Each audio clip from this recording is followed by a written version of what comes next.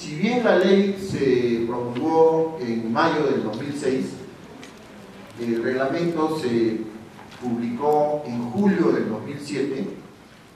El primer directorio de lo que fue CONEAU, porque en esa época CINEACE tenía 3 órganos operadores, ¿no? El CONEAU, que era el encargado de la educación superior, el CONEACES, que era el encargado de la educación superior no universitaria, y el IPEVA, que era el encargado de la educación básica y técnico-productiva.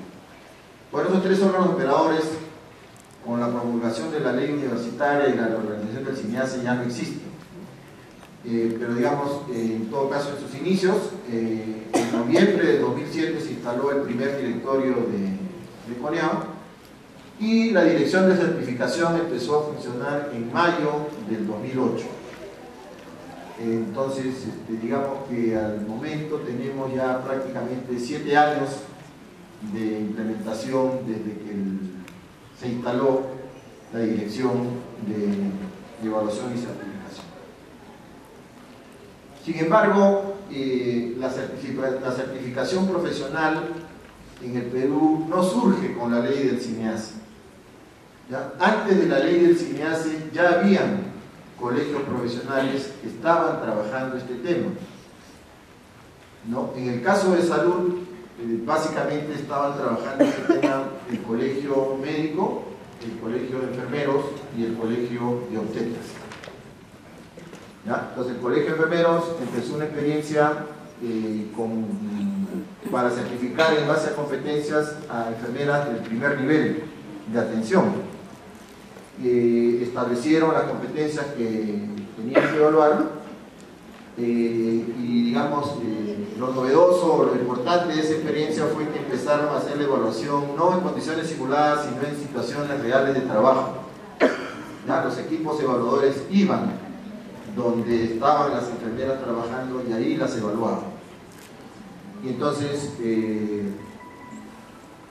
como todas las experiencias, todo tiene su pro y todo tiene su contra, ¿no? En el caso del colegio médico, no basta que tú asistas a curso para demostrar que eres competente, porque generalmente uno paga el curso y le dan su diploma sin ir a ninguna clase. A veces pasa también en algunos congresos que va a hacer turismo y regresa a recoger el diploma. Yo lo he hecho también, de paso, que no estoy criticando a nadie. Pero digamos, esa forma resulta insuficiente, aunque en esquemas de certificación internacional se usan, pero podríamos llamarla una certificación básica o así como hacen los hoteles o los restaurantes o los casinos, no sería, digamos, certificación de una estrella, ¿no? La certificación por competencia sería como de 5 estrellas, digamos. En el caso de obstetras ya les mencioné este tema, esta visión o enfoque fragmentado de la certificación. Y en el caso de enfermería era, digamos, lo más integral posible, basado en competencias, pero el tema de la evaluación en el lugar real de trabajo tiene un inconveniente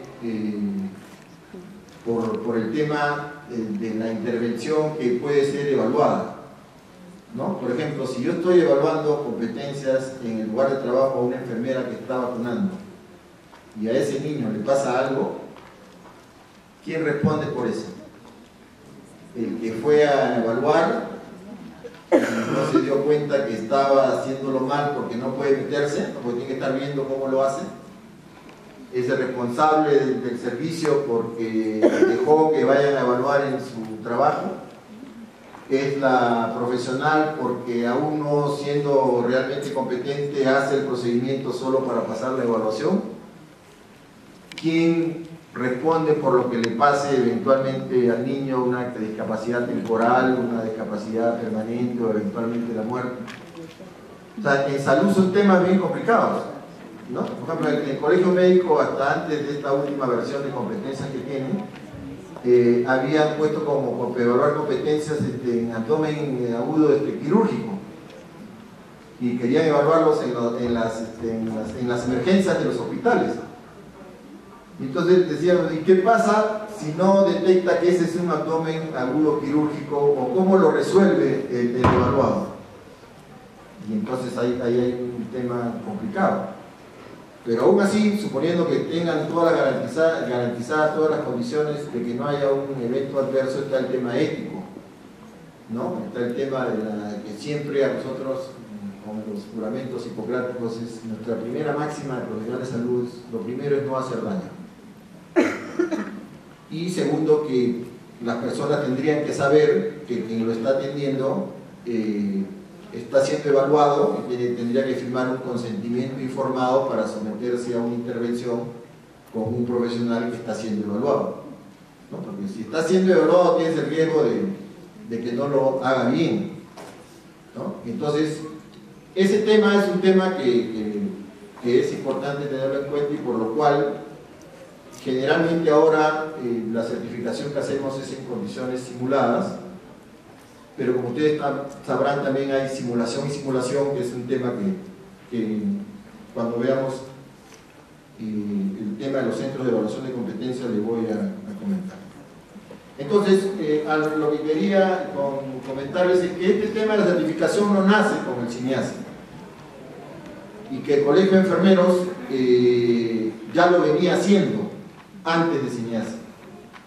Lo ha estado haciendo y bastante bien durante el CINEASE y para nosotros muy probablemente lo siga haciendo aún después de CINEASE. Entonces, después de que se promulgó la ley del CINEASE, lo que nosotros intentamos fue hacer lo que se llama generación de capacidades para que los colegios profesionales pudieran cumplir con los requisitos de ser autorizados como entidades certificadoras, ¿no? Los requisitos eran varios, digamos, pero los principales estaban vinculados con tener sus normas e instrumentos de competencias, que a su vez derivaban de un mapa funcional, tener un equipo de especialistas en evaluación de competencias.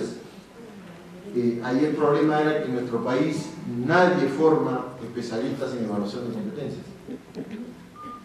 Y entonces empezamos a tomar la iniciativa de hacerlo nosotros mismos, ¿no? Hacer cursos de evaluación de competencias, pero nosotros nos centrábamos en el aspecto metodológico y cada colegio se centraba en el aspecto, digamos, técnico, temático de la competencia que se iba a evaluar, ¿no? Porque nuestra idea era que no podía evaluar una competencia a alguien que no era competente en esa competencia, valga la redundancia.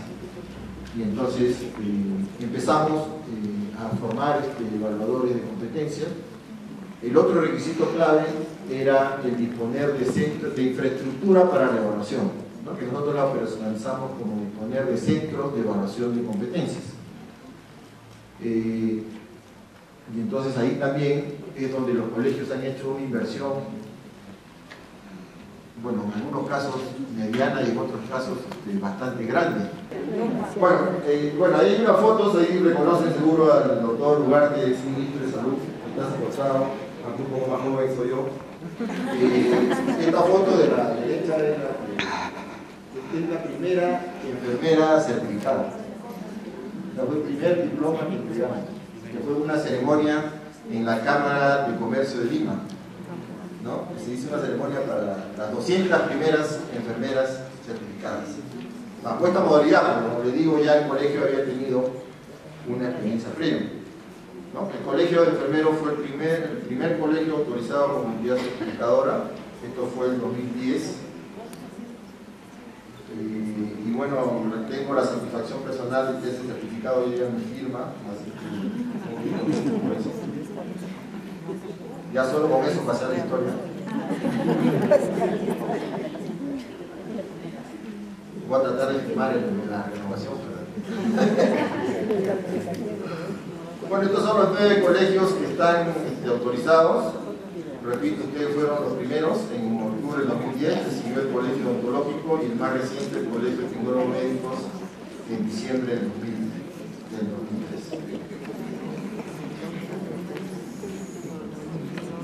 Bueno, esto antes que se me escape, como la autorización es por 5 años, ustedes en octubre de este año tienen que renovar su autorización como entidad certificadora.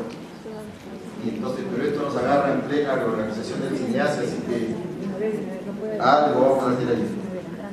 Estas son las normas de competencia priorizadas, ¿no? Por el colegio al momento de actualizarse. Pero esto tiene que entenderse como parte de una implementación progresiva y flexible, ¿no? En el mapa funcional de la profesión de enfermería están identificadas 14 unidades de competencia, ¿no? Cada unidad de competencia tiene entre 2 o 3 elementos de competencia, con lo cual estamos hablando entre 28 y 42, ¿no? Esos serían los elementos que son evaluados, ¿no? De esas 14 se priorizaron 3: el cuidado integral a la persona, el crecimiento y desarrollo del niño y la estrategia de inmunizaciones. Entonces,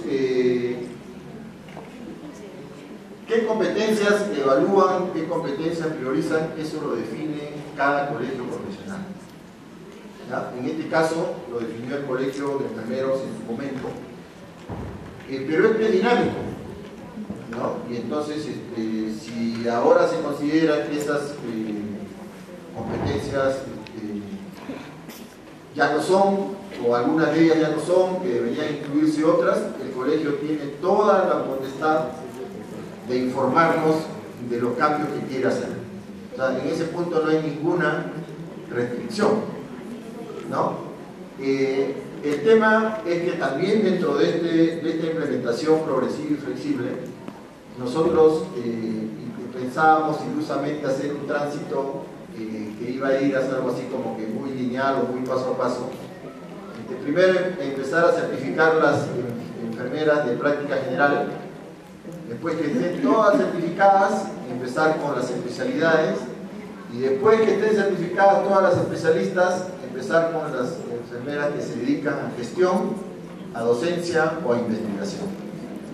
¿Se imaginan si hubiéramos implementado eso? Se nos acaba la vida y todavía no hubiéramos llegado ni siquiera a los especialistas. Y entonces la realidad siempre es más interesante que los planes, y ha empezado a demandarse con más, digamos, con más fuerza. Por ejemplo, la certificación de los que trabajan en universidades, ¿ya? Porque las universidades para acreditarse, también algunas están exigiendo que sus profesionales que enseñan estén certificadas, ¿no? Entonces, pero dicen, como decía bien su decano, yo ya no vacuno, pues hace 30 años que salí de la facultad, ya no vacuno, yo me he dedicado a la docencia, a la investigación, y enseño gestión en enfermería, o enseño gestión de servicios de salud, de programas de salud pública, entonces yo ya lo otro no lo hago hace mucho tiempo. ¿Por qué me van a exigir que me certifiquen estas competencias? Y entonces lo que hemos conversado con los colegios es que, bueno, cada uno hace el mapa, hace los instrumentos, forma los evaluadores y arranca con certificar las especialidades o las áreas de trabajo que crean convenientes. Y en el caso de enfermería ya empezaron con neonatología, ¿no? Y están en camino otras 4 o 5 especialidades más. Y también está abierta la posibilidad de empezar y acelerar el tema de los que se dedican a docencia, investigación y gestión. Pero repito, en la velocidad con que eso se puede hacer ya no depende exclusivamente de nosotros, también depende, digamos, de lo que el colegio profesional pueda hacer. Bueno, actualmente hay 79 evaluadoras, 10 más o menos que acaban de pasar en las 2 primeras jornadas de evaluación, y unas 20 que están ya inscritas para el proceso de renovación de su condición de evaluadora de competencia. En cuanto a centros de evaluación, el centro del Colegio de Enfermeros tiene 12 centros autorizados, de los cuales los 12 están funcionando. En cuanto a profesionales certificados, miren ustedes, hasta el 2014, en el 2011, en el Colegio de Enfermeros certificaron 470 enfermeros. En el 2012, 45, en el 2013, 275, en el 2014, una explosión ahí, 1192. Si ven comparativamente con lo que han certificado los otros colegios, la locomotora del tren de este proceso ha sido en realidad la profesión de enfermería y el Colegio de Enfermeros. ¿no?